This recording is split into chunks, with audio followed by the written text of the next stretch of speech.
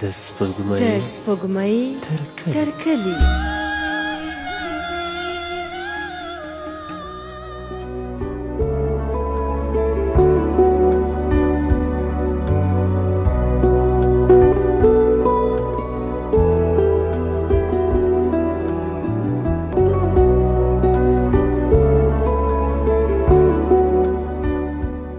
سپوږمۍ تر کلي خپرونې قدرمنو دوستانو سلامونه مې ومنئ.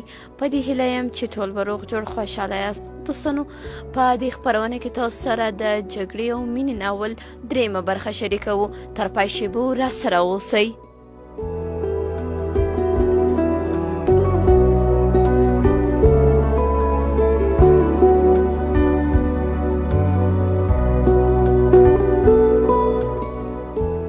په پخېدو سره د ډزو شدت لږ سو. یوازې د شاوخوا کلاو څخه خال خال ډزې کېدلې. بریالي د کلي شاوخوا وڅارله. د کادانې له بامه یې د کلا د دروازې مخه هم وکتله چې ډاډه سو د کلا شاوخوا څوک نسته. ډزې یوازې د ده د پوښتولو لپاره کېږي. نو د کلا په کونج کې د ازغو له انګار څخه چې د مخه یې اور اخیستی و یو سوکی را واخیست او په دېګدان کې یې اور بل کړ. تبه یې پرې کښېښوده. دې ته یې ونه کتل چې طبخی ګرم دی که نه. نامنظمه زغاله یې جوړه کړه او په طبخي یې واچوله. اور یې نور هم پسې ورزیات کړ. ډوډۍ یې په بل مخ واړوله. بله نسبتا غټه ډوډۍ یې په طبخي واچوله. نیمه خامه ډوډۍ په تخر کې ونیوله او په یوه منډه د پټو زینو له لارې بام ته وخوت. له بور څخه یې شاوخوا څارله. د کلشنکوف قید یې وواهه او بې له دې چې وګوري ډزې وکړې. کلشنکوف یې له دیوال سره ودراوه. په خپله د ډوډۍ په خوړلو لګیا سو. ډوډۍ یې هم دلته پرېښوده. لاندې کښته سو. د طبخي پر سر ډوډۍ څخه لوګي ختل. هغه یې ترې ایسته کړه. بله یې ژر پرې واچوله او په بیړه په یو خوا بله خوا واړوله. د کلا دیوال په ضربۍ ګولۍ لګېده. خدای داسې د ډوډۍ په پخولو لګیا و لکه چې هیڅ هم نه وي. له څا څخه یې منګی را ډک کړ. د تناره د کوټې په کونج کې یې کښېښود. د دېګدان رڼا ته د خپل کلشنکوف مرمۍ به کتلې. دوه رسامي مرمۍ یې بیلې کړې. په تاخچه کې کښېښودې. له طبخې څخه یې ډوډۍ چې یو لوري سوځېدلی و لرې کړه. بله یې جوړه کړه او په طبخې یې واچوله. د هاوان ګولۍ د کلا په منځ کې ولګېده. بریالي د کوچنیو ګولیو ترپا هم واورېده چې په انګړ کې لګېدې. د اور په کوټه کې کونج ته غلی ودرېد. د سپکو او درنو وسلو پرله پسې ډزو ورخطا کړ. د شاجورونو چانټه یې غاړې ته واچوله. په زینو کې ورو ورو پورته سو. په وروستۍ زینه کې د برج په لوري هوایي ډزې وکړې. له دې سره یې په یوه منډه ځان برج ته ورساوه. د سهار رڼا په خورېدو وه چې په برج کې یې د شاجورونو چانټه چې له ګلمرجان څخه پاتې سوې وه پیدا کړه او څنګ ته یې واچوله. دغه وخت د توغندي ګولۍ د برج خواته د کلا په دیوال ولګېده. بریالي د کلا له بلې خوا څخه یوه ګولۍ فیر کړه او بیرته په منډه یې ځان برج ته ورساوه. څو شېبې وروسته په هغه ځای راکټ ولګېد. دیوال یې ویجاړ کړ. بریالی پوه سو چې راکټ چې نږدې ورته ناست دی خو نه یې سوی کولی چې سر پورته کړي. بیا یې له ویجاړ سوي ځای څخه مرمۍ فیر کړه او په خپله یې ځان برج ته ورساو. د کلا ترڅنګ د باغچې د کوچني دیوال له شا بیا په هغه ځای د راکټ ګولۍ ولګېده. بریالي د باغچې دیوال په نشه کړ. څو ډزونه یې هغې خواته وکړل. له ختیځ لوري په برج د توغندي دوه ګولۍ ولګېدې خو برسېرنې وې. یوازې د برج له چت څخه خاورې او دوړې راتویې کړې. بریالي له نږدې څخه دا غږ واورېد.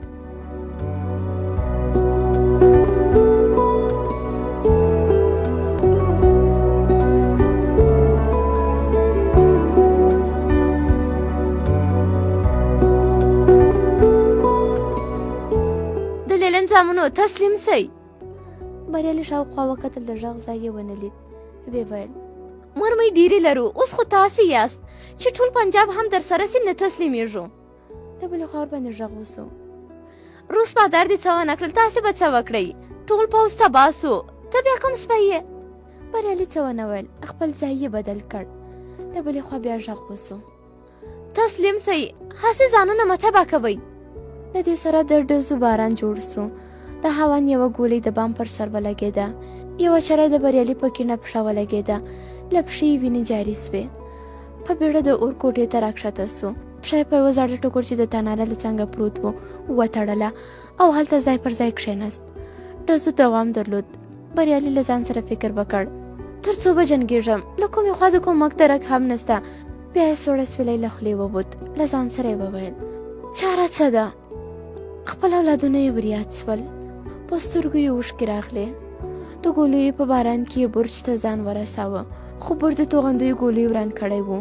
بریالی د برج په کونج کې چې د رالوېدلو تیرانو او بازوانو پټ کړی و غلی کښېناست. په لوړ اواز یې وویل ودرېږئ، ډزونه مه کوئ. ورته نږدې کسانو ډزې بندي کړې، خو له نورو خواوو لا هم هغسې ډزې کېدې. له هغې خوا اوازونه اورېدل کېدل، خو بریالی نه ورباندې پوهېده چې څه وایي. بیا یې غږ وکړ که وعده وکړې چې وژنې مو نه، نو موږ ټول تسلیمېږو. خپله خبره بیا تکراره کړه. موږ وعده کوو چې سر او مال به مو په امان کې وي. بس دروازه خلاصه که. له نورو خواوو هم ډزې بندې سوې. بریالي د دروازې زنځیر خلاص کړ. د دروازې یوه بله پله یې خلاصه پرېښودله. د دیوال خواته ودرېده. بېرته یې دروازه بنده کړه، خو زنځیر یې نه کړه. په خپل ځای ودرېد. اسمان ته یې وکتل. اسمان شین و. بریالی داسې ورته ځیر و لکه چې ستوري شمېري.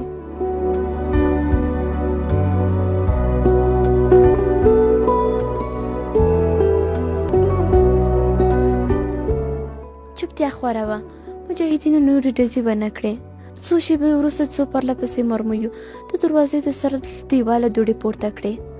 دروازه هم په مرمیو ولګېده. څو مرمۍ ترې تېرې سوې او د کوټو په دیوالونه ولګېدې. بریالي د کلشینکوف شاجور بدل کړ او د کوټې له وره سره ودرېد. دروازه خلاصه سوه.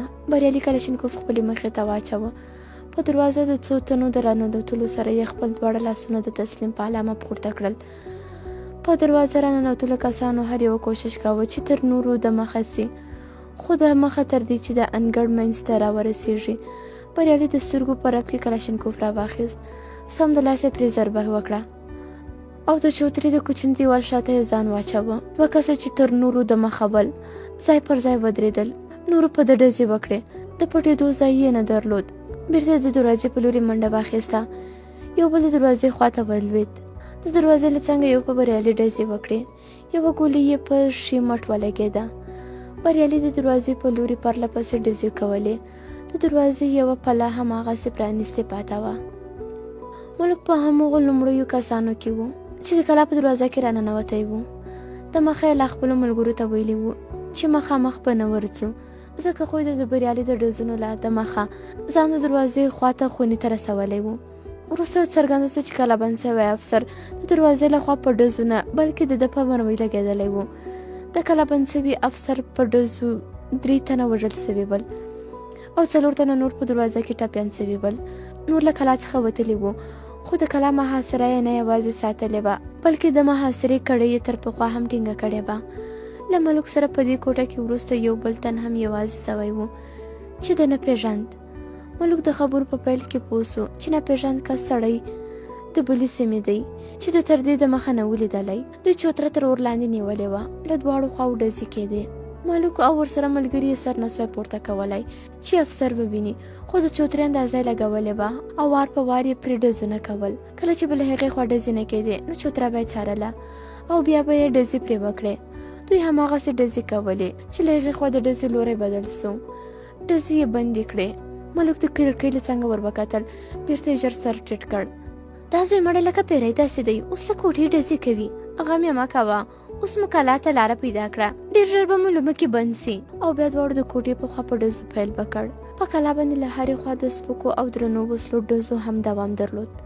ملک خپل ملګري ته ور په غوږ سو. هغه کوټه تر اور لاندې ونیسه، توکل مې دی په الله وي، زه ورځم، دا په دې رقم نسي تسلیمېدی.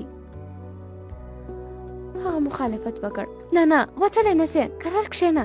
ملک له ځایه راولاړ سو. ویې ویل توکل په خدای، زه ورځم، ته یې تر اور لاندې ونیسه، نور غم مه کوه، مه ځه، زما ومنه، مه ځه. ملک چې د دروازې له څنګه غلی ولاړ و بېرته را وګرځېد. د مرمۍ چانټۍ د هغه مخې ته کښېښوده. ها دا کارتوس هم در واخله، د سر پورته کېدو مجال مه ورکوه، زه له هغې خوا په کلا راخېږم. توبه ته هم عجب سړی یې، د غوایي زړه لرې، د غوایي. او له دې سره د افسر د پټېدو په کوټه ډزې پیل کړې. ملک څو شېبې د دروازې له څنګه ودرېد او په یوه منډه له دروازې ووت. د دروازې د باندې ویالې ته یې ځان ورساوه. د هغې خوا ورباندې غږ وسو.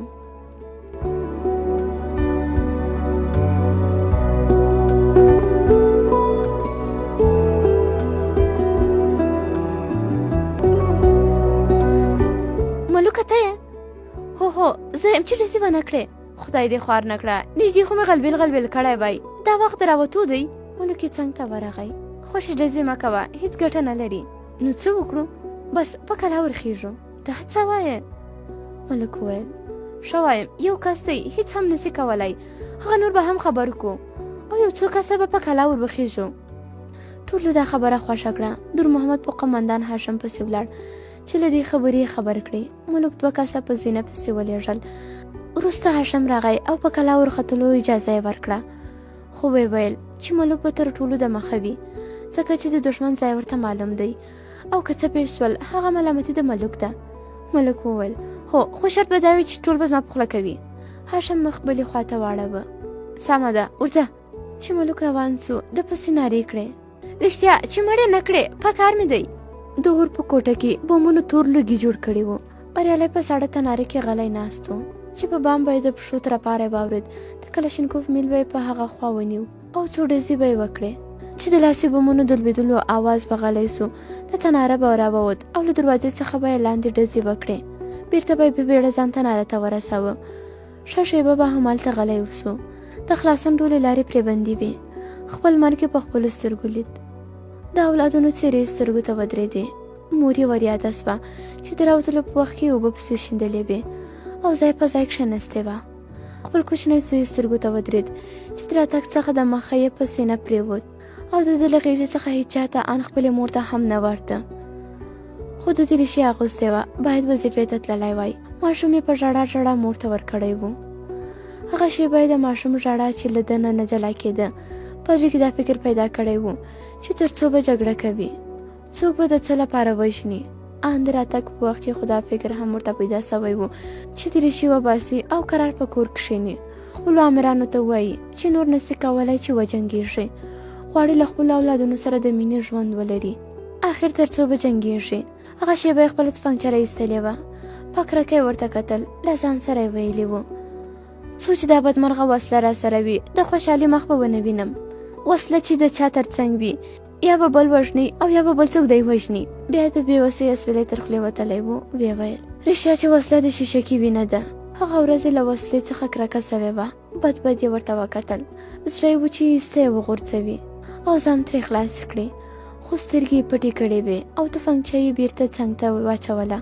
هغه لاره چې سفر یې پیل کړی و یوه بې طرفه جاده ورته ښکاره سوې وه چې بیرته راګرځېدل ورته نه کېدونکي برېښېدلي ول. په هغه ورځ یې وسله تر بل هر وخته بده ایسېدلې وه او یو ناوړ بار ورته ښکاره سوی و، خو نن یې د ځان د ژغورنې لپاره له وسلې څخه مرسته غوښته. په زړه کې ورتېر سول وسله که بار ده، یوه ورځ پکار ده.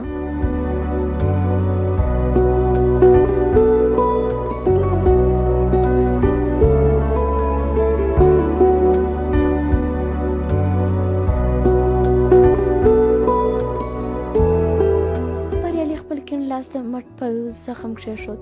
لاس یې په وینو لوند سو. له بامه نارې وهل کېدې تسلیم سه، تسلیم سه، کلمه ووایه، وروستی سلګۍ دې دي، تسلیم سه، کنې غوښې به دې هم څوک راټولې نه کړې. بریالي له ځان سره کلمه شریفه تېره کړه. یا خدایه ته خو مې حال ګورې. بیا یې د بام په لورې 3 ځله پرله پسې ډزې وکړې. لاس یې بم کوټې ته راولوېد. چرې د ده تر سر چې په تناره کې ولاړ و ورتېرې سوې. په تناره کې غلی و. په مخ یې خولې راماتې سوې وې. په خپله ملا یې د وینو لندبل احساساوه. غوږ یې ونیو. په شونډو یې مسکا خوره سوه. د کلا له شا یې غرهار واورېد چې ښه غوږ یې ونیو. غرهار یې وپېژند. د زیرو پوشو غرها و. د بریالي په ډزو کې د ژغورنې او ژوندي پاتې کېدو هیلې را وټوکېدې. پوه سو چې دولتي قواوې مرستې ته راغلي دي، ځکه مجاهدینو تر اوسه له ټانک او زیرو پوش څخه په جګړو کې کار نه و اخیستی. د پوخ یقین و چې زیرو پوش دولتي دی. اوس به ټول تخم تڼ کار کړي او دی به ژوندی له سیمې څخه وباسي. له ځان سره یې وویل شب درمیان خدا مهربان، رښتیا چې څوک خدای نه وي وژلی نه وژل کېږي. د زخمونو درد یې هیر سو. زړه یې و چې له تناره څخه راوخېږي او له کوټې د باندې په مجاهدینو حمله وکړي، خو بیرته پښیمانه سو. د زیرو پوش د غرهارو آواز وار په وار نږدې کېده. بریالي ښه وباله چې په خپله ډزې ونه کړي، هسته چې په دې وروستي وخت کې ووژل سي. قوا به ټولو ته سبق ورکړي. د زیرو پوش د غرهارو آواز نږدې سو خو له بامه ډزو او لاسي بمونو هماغسې دوام درلود. ده ته شک پیدا سو که چیرې دولتي قواوې راغلې وې نو بیا دا ډزې ولې نه کمیږي، هسې نه چې زیرې پوش هم د دوی وي. خو بیرته یې ځان ته ډاډ ورکړ، نه دوی زیرې پوش نه لري، دا دولتي قواوې دي او د باندې له نورو سره په جګړه لګیا ده. که خدای کول دوی به هم ژر راورسېږي. خو د زیرې پوشانو غرحه دومره نږدې وه چې د بریالي شک یې لا زیاته وه. په تېره کله چې د کوټې دیوال د زیرې پوش له ډارونکي غرحه سره ورسېد، له بامه هم ډزو او کنځلو هماغسې ادامه لرله. د کوټې د باندې یو دیوال څخه خاورې او لوټې راتویې سوې. بریالی پوه سو چې زیرو پوش غواړي کلا ته راننوځي. په بیړه له تناره ووت، د بلې کوټې دروازه یې خلاصه کړه او له هغې کوټې ډزې وکړې. پوه سو چې مرمۍ یې په ختمېدو دي. کلشینکوف یې خپلې سینې ته ونیو او ګوته یې په ماشه کښېښوده. بیرته یې کلشینکوف په بله خوا راواړوه. له کړکۍ څخه یې د انګړ په لویې دروازې ډزې وکړې. شاید فکر کړی و چې تر وروستۍ مرمۍ پورې وجنګېږي او بیا په آخري مرمۍ خپل ځان ووژني. له کړکۍ څخه یې 2 نور ډزونه هم وکړل. د کړکۍ تر څنګ ودرېد او غږ یې وکړ، زه تسلیم یم، ډزې مه کوئ. د بام له خوا ډزې غلې سوې، خو د دروازې له خوا لا ډزې کېدې. ده بیا وویل، ډزې مه کوئ، زه تسلیم یم، بیا ستاسې خوښه که مې وژنئ که مې پرېږدئ. له پاسه چا غږ وکړ، اوس؟ څو تنو په زوره وخندل. یو غږ وکړ چې تسلیم یې راووځه. د دروازې له خوا هم ډزې غلې سوې. بریالی کلشینکوف په لاس د کړکۍ له خوا د باندې راووت، تر برنډې لاندې ودرېد. خپل تش کلشینکوف یې له یوه لاسه بل لاس ته کړ. په څېره کې د مایوسۍ نښې نه تر سترګو کېدې. چا غږ ورباندې وکړ، وسله واچوه. بریالي وسله په ځمکه کښېښوده او لاسونه یې پورته ونیول. د دروازې له خوا 15 تنه چې ګوتې په ماشې نیولې وې د په خوا را روان سول چې د انګړ منځ ته راورسېدل. بریالی ژر پر کلشینکوف ورچټ سو او د هغوی په لوري یې ونیو. تر نورو مخته را روان سړي کلشینکوف پرې ضربه کړ او شاجوري په بریالي خالي کړ. تر څنګ بل کس هم ورباندې ډزې وکړې، خو د شا کسانو بیرته د دروازې په لور منډه واخیسته. بریالی ځای پر ځای ولوېد. لومړی کس چې ځان یې بریالي ته ورورساوه ملک و. د بریالي سر یې راپورته کړ، بیرته یې پرېښود، په سختۍ سره یې په ځمکه ولګېد. ملک سر وښوراوه، ویې ویل، د نر زوی خو وې، ارمان چې کافر نه وای. دا نور هم د بریالي د بې ساه جسد شاوخوا ته حق پک ودرېدل، خو د یوه په سترګو کې هم د بري د خوښۍ نښې نرمالمېدې. قومندان هاشم له څو کسو سره راورسېد چې ویې لیدل افسر وژل سوی دی. ملک ته یې بد وکتل، له بوټو سره د بریالي په مخ ولوېد، څو لغتې یې وواهه. په شیب شای د مړي سر یوې خوا او بلې خوا ته واړوه. وایي دا خو بل څوک دی، ما ځکه چې شکور ملحد دی. له اوږې کلشینکوف راکوز کړ، قید یې په ضربه ودراوه او بریالي ته یې مخامخ ونیو. سمود له لرې پرې غږ وکړ، مړ څوک په لغته نه وهي، پوه سوې که نه سوې پوه، پرېږده یې، مطلب د غومره سزا یې بس ده.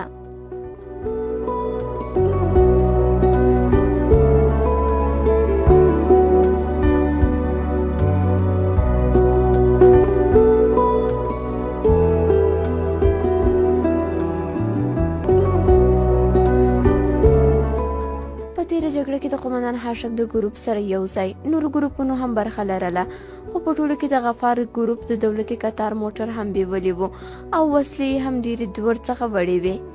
هاشم څو ځله سپین ږیري ورلېږلي وو چې هم پخوانۍ وسلې چې له پاکستانه د دوی ګروپ ته راغلې وې او د قومندان غفار کسانو په لاره کې ګرځولې وې دوی ته ورکړي او هم د دولتي کتار د غنیمت مالونه ورسره وویشي. خو قومندان غفار دا یوه خبره هم ونه منله او هغه د غنیمت مال بللی و چې دوی په خپله لاسته راوړي دي. هسې خو پخوا هم د دوی ترمنځ کله کله وړې جګړې کېدې، خو بیا وروسته یې سوی تفاهم وباله او بیرته به سره پخلا سول. خو دا ځل قومندان هاشم ټینګ هوډ کړی و چې له قومندان غفار سره به فیصله کوونکې جګړه کوي، هم به خپلې وسلې او د غنیمت مالونه ترې په زوره وړي او هم به سیمه ترې نیسي، ځکه د هغه د ګروپ کسان د ګروپ تر کسانو ډېر لږ وو. په تېره چې په وروستۍ جګړه کې دوی یو زیرې پوش هم پیدا کړی و او د غفار ګروپ یوازې څو موټر بیولي وو. هاشم په خپل بری ډاډمن و. قومندان عبدالغفار په وروستي ځل هم منځګړیتوب ته د زور خبره کړې وه. ویلي وو چې هاشم اوس هم د دوی برخه وسلې له ځان سره ساتلې دي. هاشم باید دوی ته د هغو خپلې وسلې وسپاري. له یوې اونۍ راهیسې د دواړو ترمنځ د توغندیو یوه جګړه روانه وه. د هغوی توغندي د دوی په سیمه کې په کلیو لګېدل. دوی هم له دې خوا توغندي ویشتل او په دوربین کې به یې لیدل چې د هغو له کلیو دوړې پورته کېږي. دوی د هغې سیمې اوسیدونکي نیول او بندیانول او هغوی هم لویه لاره نیولې وه. د دوی د سیمې اوسیدونکي له موټرونو څخه کښته کول او بندیانول یې. پخوا به چې د دوی ترمنځ داسې جګړه پیل سوه، دولتي الوتکو به د دوی سنګرونه بمبارول او یا به سپین ژیرو منځګړیتوب کاوه او د دوی جګړې به بندې سوې. خو اوس دولتي الوتکو هم دوی په خپل حال پرېښی وو. شای ویل به یې تر الوتکو یې خپل منځګړی جګړه ښه تباه کولی سي. په تېره اونۍ کې نه الوتک بمبارد وکړ او نه هم چا ترمنځ منځګړیتوب وکړ. هاشم څو تنه لا پرون د غره خواته لېږلي وو. یو بل ګروپ ته یې وظیفه ورکړه چې له بلې خوا حمله وکړي. هاشم، نعیم، شینګل، ملوک او شپږ نور وروستي کسان وو چې د ماښام له مانځه وروسته د ارمي په غره کې ور وختل. خو لکه د غفار کسان چې د مخه خبر وو، مخکې تر دې چې دوی یرغل پرې پیل کړي، هغوی ډزې وکړې او له لومړیو ډزو سره د قومندان غفار په مرکز له دریو خواوو یرغل پیل سو. په غره کې د ډزو انګازو د هاشم کسان ورخطا کړل. خو هاشم خپل جرأت ونه بایله. خپل ورسره کسان یې په دریو ګروپونو وویشل. یو ګروپ یې مخامخ ولېږه، بل ګروپ ته یې وظیفه وسپارله چې د پخوانیو استول سویو سره سوکه ځانونه ورسوي. په خپله له لومړي ګروپ سره پاته سو. له پاسه په دوی د دهشکې ډزې پیل سوې. ډزو په غره کې انګازې کولې. اصلي ځای هیچاته نه معلومېده. ملوک په خپل راتګ پښیمانه و. په زړه کې یې هاشم ته غوسه راتله. د ډبرې تر څنګ نورو هم ځان غلی کړ. ډزې یې نه کولې. فکر یې وکړ چې په چا ډزې کوم، څوک وژنم، ولې وژنم، د چا لپاره. شاوخوا یې وکتل، هاشم ډزې کولې. له هرې خوا ډزې کېدلې. خپل او پردی چاته نه معلومېده. ملوک هماغسې غلی ناست و. زړه یې و چې ځان لاندې شیلې ته ورسوي او تر سهاره چېرته لرې کښېني. خو دا کار هم ورته ناممکنه ښکاره سو، ځکه له یوې خوا یې قومندان شاته مورچل نیولی و، له بلې خوا له جنګه تېښته ورته بې غیرتي معلومېده. دا مهمه نه وه چې له چا سره جګړه کوي، خو له جګړې تېښته ورته د بې غیرتو خلکو کار ښکارېده. د هاشم د مورچل څخه د ده په مورچل ډزې وسوې. ملک ورخطا سو. فکر یې وکړ چې د هغه مورچل نیول سوی دی، خو وروسته یې ولیدل چې د هاشم له مورچل څخه نورې ډزې د دښمن په خوا وسوې.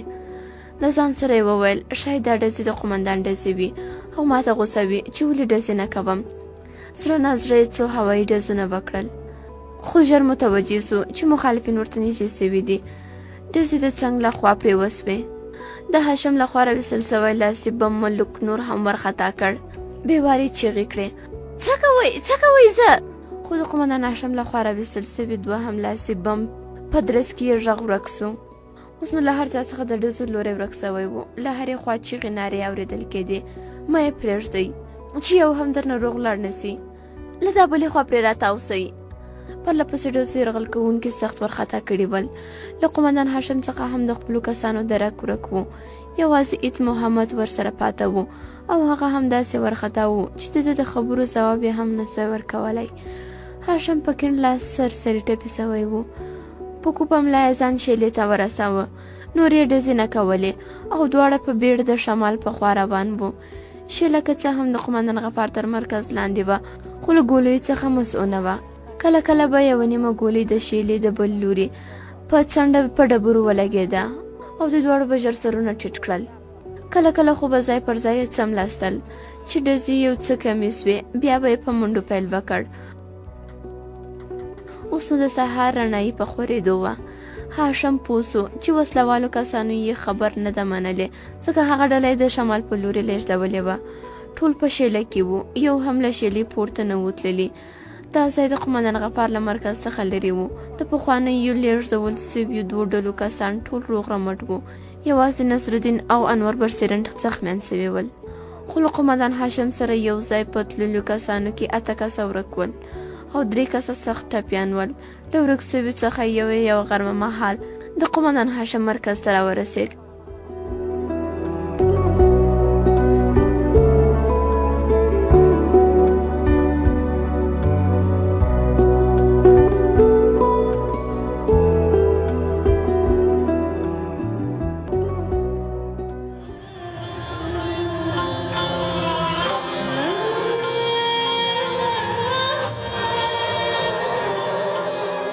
د سپوږمۍ تر کلي